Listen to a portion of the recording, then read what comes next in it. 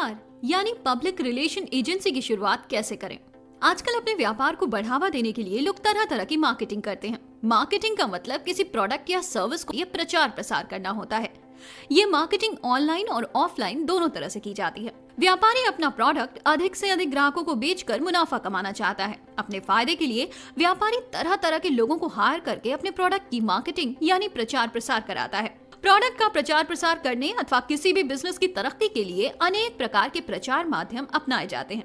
इनमें से कुछ ये हैं: समाचार पत्र में विज्ञापन, टीवी चैनलों में विज्ञापन, एफएम रेडियो में विज्ञापन, पंफलेट का वितरण, पोस्टर अभियान, wall painting, banner, hoardings, online website बनवाकर, सोशल मीडिया पर वीडियो और पोस्ट डालकर, सोशल मीडिया पर बिजनेस पेज बनाकर, व्हाट्सएप पर ग्रुप बनाकर, इन्फ्लुएंसर का इस्तेमाल करके, सेलिब्रिटी से विज्ञापन करवाकर, कार्यक्रम की स्पॉन्सरशिप लेकर, कैनोपी लगाकर, वर्कशॉप या विचार गोष्ठी का आयोजन करके, पीआर एजेंसी से प्रचार करवाकर, प्रचार वाहन को शहर में घुमवाकर, या फिर वाहनों में अपने प्रोडक्ट के बारे में पोस्टर चिपकाकर।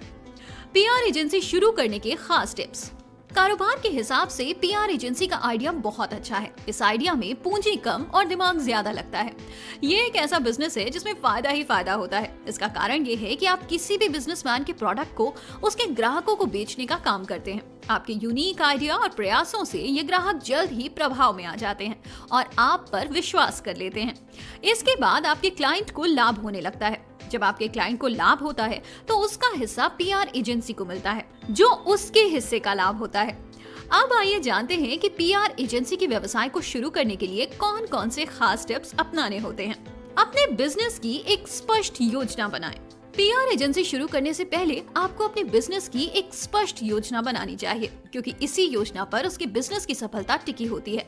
इससे आपको आपके बिजनेस की खास बातों का पहले से पता चल जाता है और उसके हिसाब से तैयारी कर लेंगे तो आपको सफलता मिलनी तय है।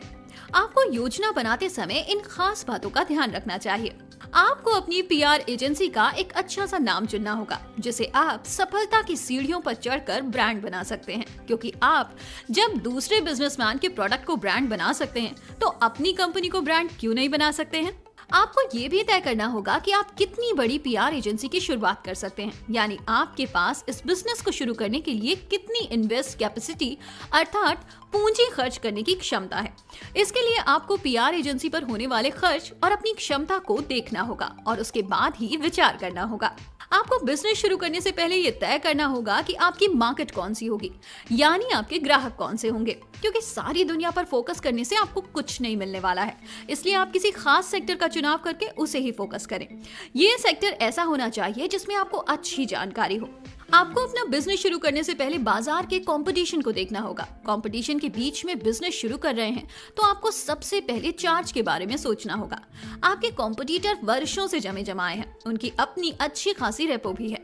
आप उनके मुकाबले में नए नए बिजनेस शुरू करने जा रहे हैं। आपको अपनी मार्केट भी बनानी है। इन सभी बातों को देखते हुए चार्ज तय करने होंगे। काम शुरू करने के लिए आप कम से कम चार्ज रख सकते हैं, लेकिन इस बात का ध्यान रखना होगा कि आप कंपटीशन के चक्कर में इतने कम चार्ज भी ना रखें कि आपका खर्च भी ना निकल पाए। इस ओर सतर्कता बरतनी होगी।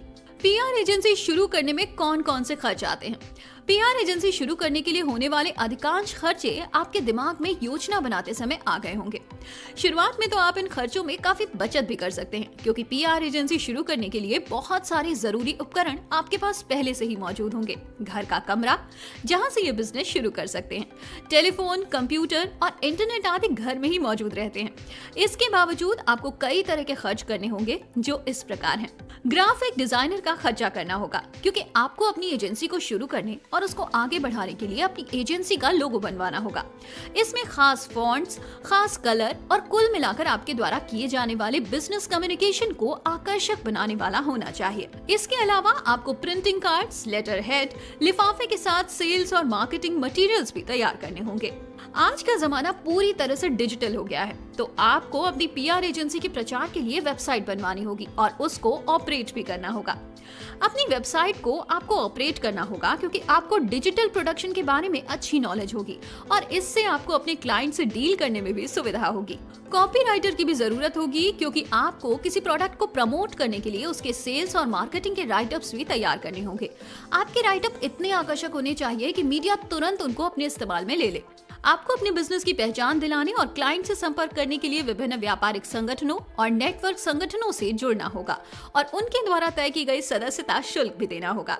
पीआर एजेंसी चलाने के खर्च क्या क्या हो सकते हैं? सबसे पहले आपको अपने ऑफिस मेंटेन करने का खर्च करना होगा। कम से कम 3 लोगों का स्टाफ भी रखना होगा, जैसे एक ग्राफिक डिजाइनर और एक रिसेप्शनिस्ट और एक सहायक भी जरूरी है। इनकी सैलरी देनी होगी। ऑफिस की बिजली, पानी, स्टेशनरी, इंटरनेट, मोबाइल रिचार्ज आदि का खर्च करना होगा। क्लाइंट मीटिंग के खर्चे में आपको इंडस्ट्री के पब्लिकेशंस में विज्ञापन प्रकाशित करवाना होगा, उसका खर्च और संभावित ग्राहकों के साथ मीटिंग के लिए यदि आपके पास जगह है तो ठीक है, या आपका क्लाइंट उसकी व्यवस्था करता है तो भी ठीक है। अन्यथा इस तरह की बिजनेस मीटिंग के लिए किसी होटल की व्यवस्था करनी पड़ सकती है। मीटिंग के दौरान जलपान या लंच आदि की भी व्यवस्था करनी पड़ सकती है, उसका भी खर्च करना होगा। क्लाइंट से संबंध मजबूत करने का खर्च। आपको अपने क्लाइंट से रिलेशन बनाने के लिए कई तरह के खर्चे करने पड़ सकते हैं, जैसे उनका मनोरंजन करने के कार्यक्रमों का आयोजन करना पड़ सकता है। विशेष अवसरों जैसे न्यू ईयर, होली, दीपावली, दशहरा, ईद, बैसाखी और क्रिसमस डे आदि पर गिफ्ट कार्ड अथवा गिफ्ट भी देना होगा। इसके अलावा क्लाइंट से रिलेशन बनाने के लिए भाग दौड़ करने और अन्य तरह के खर्चे भी उठाने पड़ सकते हैं। एक्सपर्ट स्टाफ का खर्च। इस तरह का खर्च शुरू में तो बचाया जा सकता है, लेकिन जैसे जैसे आपकी एजेंसी की लोकप्रियता बढ़ेगी तो अनेक प्रकार के क्लाइंट आपके पास सेवाएं लेने के लिए आएंगे। उस समय आपको अधिक से अधिक ग्राहकों को सेवाएं देनी होगी। इसके लिए आपको विभिन्न सेक्टरों के अनुभवी एक्सपर्ट की सेवाएं लेनी होगी। उसके लिए आपको पैसा खर्च करना होगा। इन एक्सपर्ट लोगों को हायर करते समय ये अवश्य तय करना होगा कि ये रिसर्च ओरिएंटेड जॉब है। जितना अधिक लाभ दिलवाओगे उतना ही अधिक आपको हिस्सा मिलेगा। मीडिया हाउस से रिलेशन बनाने का खर्च। जिस तरह से आप अपने क्लाइंट पर खर्च करेंगे उसी तरह से आपको local, national, international media houses से भी रिलेशन बनाने होंगे, जो आपके बिजनेस प्रेस कॉन्फ्रेंस को कवर करेंगे। आपके प्रोडक्ट या सर्विस से संबंधित लेख आदि प्रचार सामग्री प्रकाशित करेंगे, जिससे आपको भविष्य में लाभ मिलने वाला है। इस तरह के मीडिया हाउस को आपको एंटरटेन करना होगा। विशेष अवसरों पर गिफ्ट, लंच आदि की व्यवस्था करनी होगी। कौन कौन से लाइसेंस चाहिए? पीआर एजेंसी का बिजनेस शुरू करने के लिए कुछ जरूरी कानूनी प्रक्रियाएं पूरी करनी होती हैं। उनमें से कुछ इस प्रकार हैं। आपको अपनी एजेंसी कंपनी का अच्छा सा नाम चुनना होगा। आपको अपनी एजेंसी कंपनी का कंपनी रजिस्ट्रार कार्यालय से शॉप एक्ट के तहत रजिस्टर कराना होगा। यदि आप ऑनलाइन भी काम करना चाहते हैं तो रजिस्ट्रेशन के समय आपको इसका उल्लेख करना होगा। ऑनलाइन बिजनेस के लिए आपको अपनी कंपनी एजेंसी के नाम का एक डोमेन भी लेना होगा। कंपनी का प्रारूप तय करें। Sole proprietorship, OPC, partnership, LLP या प्राइवेट लिमिटेड कंपनी से एक को चुनना होगा और रजिस्ट्रार के यहाँ रजिस्ट्रेशन के समय इस बात का जिक्र करना होगा। चूंकि आप सेवाएं देकर लाभ कमाने जा रहे हैं, इसके लिए आपको जीएसटी नंबर लेना होगा। लोकल अथॉरिटी से बिजनेस लाइसेंस लेना होगा। कितनी लागत आ सकती है? घर से शुरू की जा सकने वाली छोटे लेवल की पीआर एजेंसी के बिजनेस में अधिक लागत नहीं आती है। इस तरह की एजेंसी 50,000 रुपए में शुरू की जा सकती है। बड़े लेवल की कंपनी शुरू करने में अच्छी खासी लागत आती है। प्राइम लोकेशन पर एयर कंडीशन ऑफिस बनाना होता है। बिजली, पानी आदि का खर्च आता है। कई कर्मचारी रखने पड़ते हैं और उनकी सैलरी देनी होती है। Stationery, client entertainment, media entertainment, expert की सर्विस आदि पर खर्च करना होता है। इस तरह के बिजनेस को शुरू करने में 5 से 7 लाख रुपए खर्च आता है। ये शहर और ऑफिस की लोकेशन के आधार पर कम या ज्यादा भी हो सकता है। मुनाफा कितने तक हो जाता है? पीआर एजेंसी के मुनाफे के बारे में जैसे पहले ही बता दिया गया है, 6 माह तक कोई आमदनी की संभावना नहीं होती। उसके बाद काम मिलना शुरू होता है, जिसमें लागत अधिक होती है और चार्ज कम होते हैं। ऐसी स्थिति में पहले साल तो मुनाफा ना ही समझे। फिर भी कोई मुनाफा मिल जाए तो उसे आप बोनस ही समझ लीजिए। वैसे जानकार लोगों का मानना है कि शुरू में यदि बिजनेस अच्छे स्किल और अधिक बचत के साथ काम करता है तो उसे 20 से 25% तक लाभ हो सकता है। इसके बाद जैसे जैसे समय बीतता जाता है और अनुभव बढ़ता जाता है, वैसे वैसे मुनाफा भी बढ़ने लगता है। ये मुनाफा 40 से 50% तक पहुंच सकता है। पीआर एजेंसी के लिए आपको मार्केटिंग भी करनी होगी। उसके लिए आप सोशल मीडिया के अनेक प्लेटफॉर्म का कर सकते हैं। तो आज के इस वीडियो में बस इतना ही। कैसा लगा आपको ये वीडियो, हमें कमेंट करके जरूर बताइएगा। ओके क्रेडिट, बिजनेस ओके है।